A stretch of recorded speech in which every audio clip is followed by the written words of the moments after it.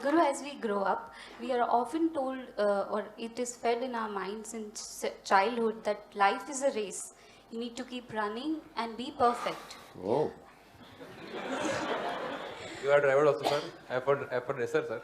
Huh? You are a driver also, sir. F1 racing car. You drive bikes, sir. That was the main advertisement that we put up in the ad. Now, if life is a race, you must win it, isn't it? Winning it means what? You must get to the finish line today. Harishchandra Ghat. You can choose Manikarnika or Harishchandra Ghat, which one is your choice?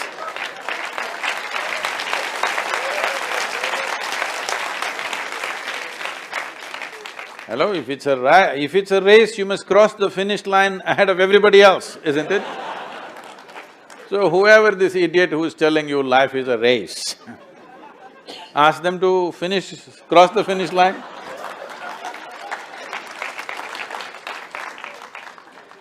The thing is, life is a race, and it's a good point. But what we can say, we are taught like this only.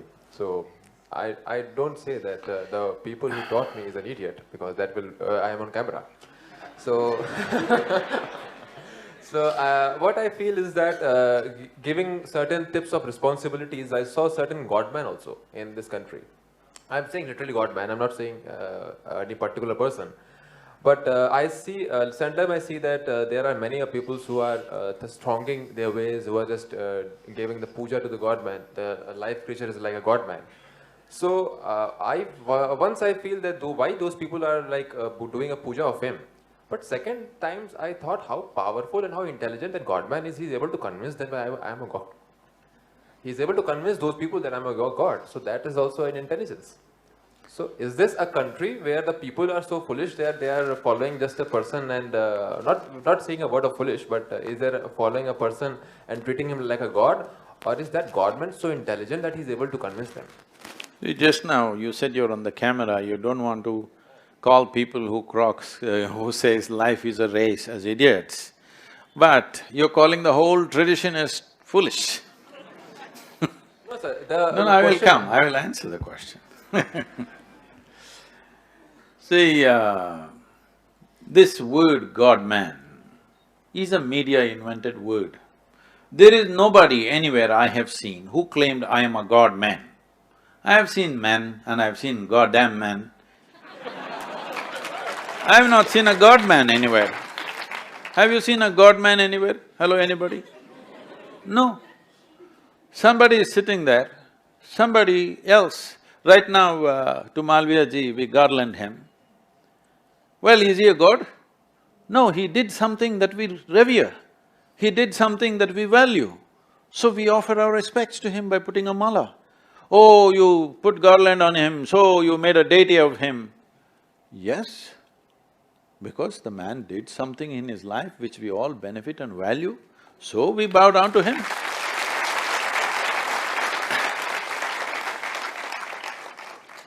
So see, there is logic of various levels. Don't think there's only one logic.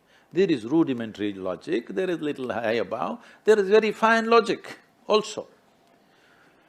Now, people who worship looking up, saying there is… our God is up there, and that looks okay to you, because first of all, this whole Uparwala business, first thing you… are you on a round planet? Huh? You sure? Okay. Planet is round and the thing is spinning all the time. If you look up, inevitably you're looking up in the wrong direction. You are not even on the North Pole, you are in Kashi. You are like this, looking up in the wrong direction all the time, all 360 degrees.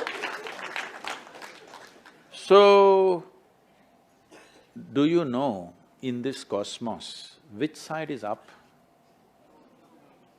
Is it marked somewhere, this side up? No. So you don't even know which side is up, but you know who is up. I think that's very stupid. So in this culture we taught you that. Today this modern science also, I want you to understand this. Whether you take an atom or a cosmos or the cosmos,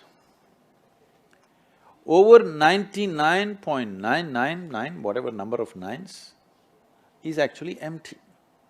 Only little bit material in the atom. You know this? What is your subject? I'm sorry. Law. Oh. You could argue for all the wrong things. That is what I was waiting for.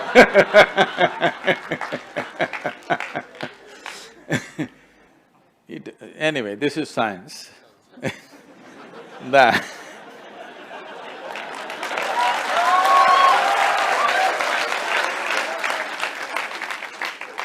over 99%, 99.9 some 11 times or 14 times something, I don't know the exact number, that much of the atom is empty space.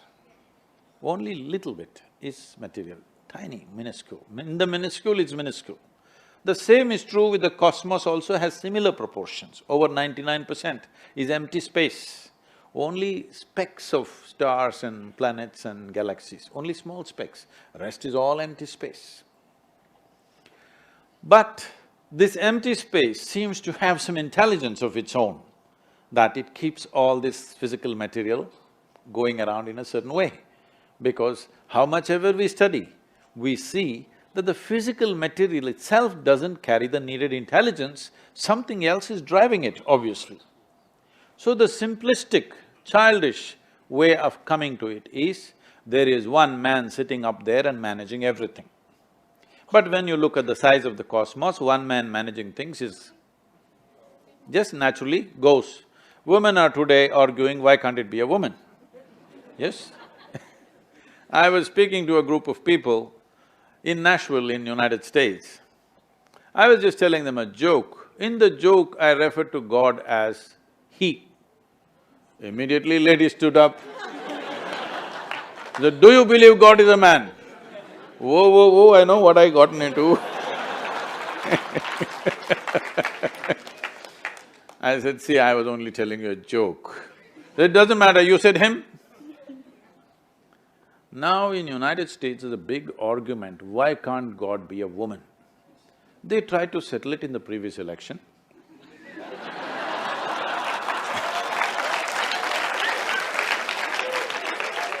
But you know the results. Then there are also arguments like this, see, you've heard of Idi Amin? Idi Amin, the Uganda man. Idi Amin declared, God is black.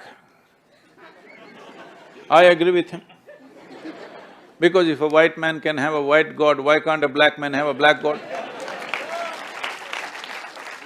So in the southern churches in United States, the big debate happening is God, white or black. Actual debates happening. You know, in the previous election, they tried to settle that affair. Didn't work. But, you know, we in India know God is brown. Yeah. Because, you know, those people don't know. Because to those places, God sent only His messenger, son or somebody else and somebody else. Here, God Himself arrived 9 times. Now. Especially Indians who are living outside the country are super proud about this. God came to our country 9 times.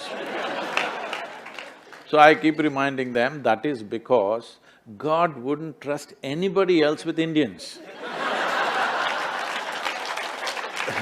He knew His son, His messenger, nobody would be good for the Indians. So He came hands-on Himself. 9 times and He failed. See, 9 or 10 times you can debate, failure is not debatable, isn't it? It's visible. Hello? Failure is very visible, isn't it so?